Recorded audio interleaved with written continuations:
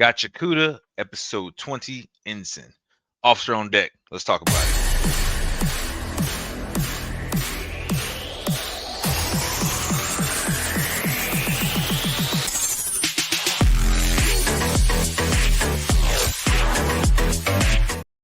Welcome back, Evariant. So we were talking about Gachiakuta episode 20, and this starts off the same way in the last episode.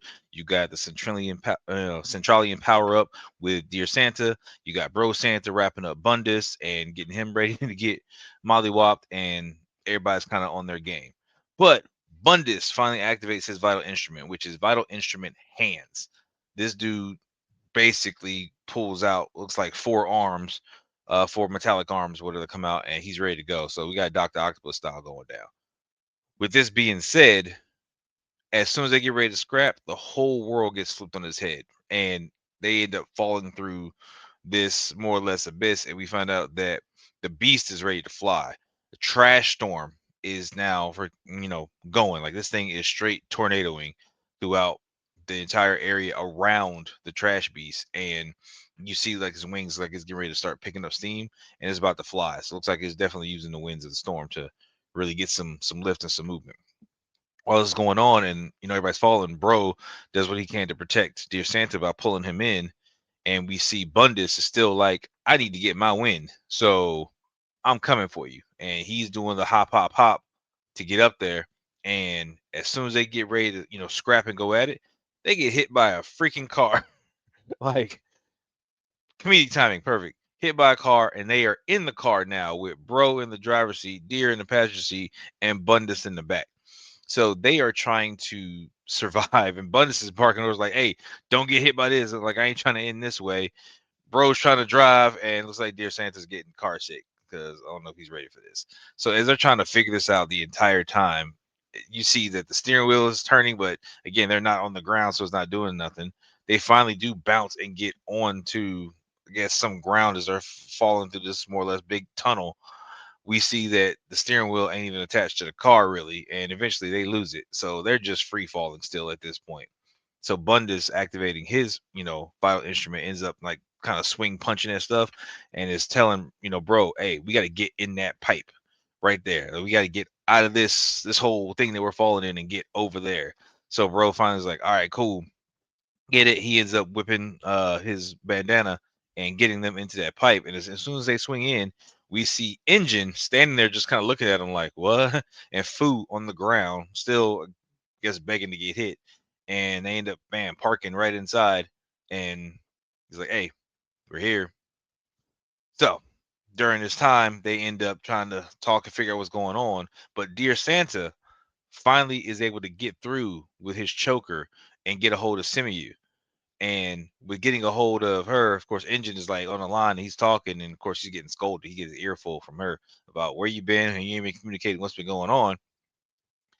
He's trying to say, I apologize, trying to figure out, but I'm going to get all of us out of here together, some type of way. Excuse me. So, with that being said, she has backup on the way. So, in backup, we see it's Tamsi, Delman, Ishia, and Gris, who looks locked in. Remember, they was there when everything kind of went down and they first got teleported. So Gris is locked in. He looks upset, like he ready to freaking, scrap too. So they're driving and they're on the way, and they basically, the details from what Enjin was saying, as well as the chokers, they got kind of location, broker information, weird things been going on. So that's how they were able to get that information and start getting over that way. So they are on the move. While this trash storm is still, spiraling up. And we actually find out from Zodyl that he's been preparing for this. He's been preparing for the trash storm. All right. So the trash storm comes every 6 years, and he altered the trash beast, I guess, physiology or whatever, to be able to fly during this point. So the fact is, this has been 6 years in the making, and he's got this beast in, ready to go. Like they're ready to, get going. He's telling, Rudo, like, you can get your revenge. You can get where, like, I'm the only one who can offer you a ticket to the sphere. Like, you can have what you desire, which is your revenge, that you can leave your past behind you. It's painful past. You don't have to deal with it so that you can go. Like, he's trying to appeal to him because remember, words are very important to Zodyl and how you speak. So with that being said, we see Rudo, who is hanging because they look like they're on like because the thing flips, so you're hanging from like a cliff, and he's just hanging there, and he's thinking, and he's just like, I've had like I had to deal with so much, and all these people that came in and were part of him, and he's just like, you know what, like I have a family, freaking more or less. Like these people came in, they cared for me, they took care of me, we had fun, and he's going through the memories and just kind of feeling everything, and he's just like this feels really really good. Like I like this, so I'm gonna keep this, and I'm gonna get my revenge. And he goes, I was waiting for him to drop the bird and be like, yo, I'm out of this thing. But Zodyl snaps immediately and goes on the attack and goes to grab Rudo by the throat, and just like, what are you gonna do? Like, where are your friends? Where are your people? What do you think is gonna happen?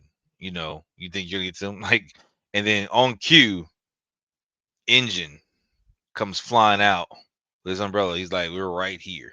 And Enjin was sitting there saying, like, he's got things to do. He's got things to take care of. He's got people that rely on him. And that is one of the reasons why he is who he is, why he was given the name that he was given. So the episode is called Ensign, but it refers to Enjin.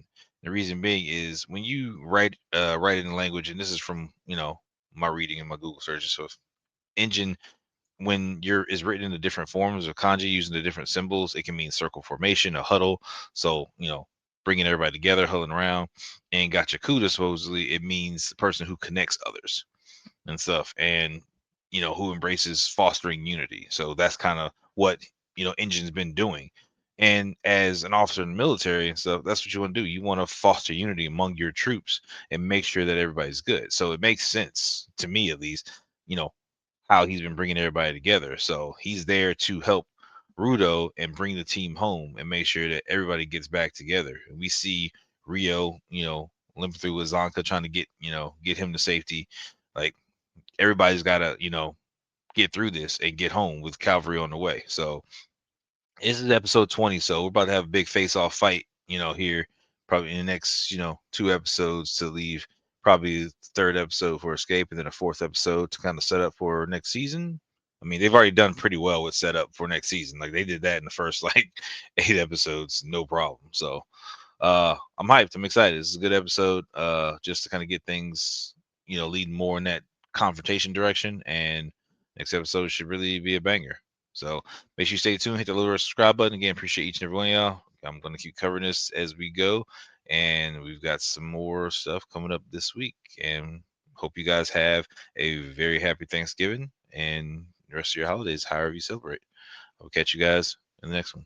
Later.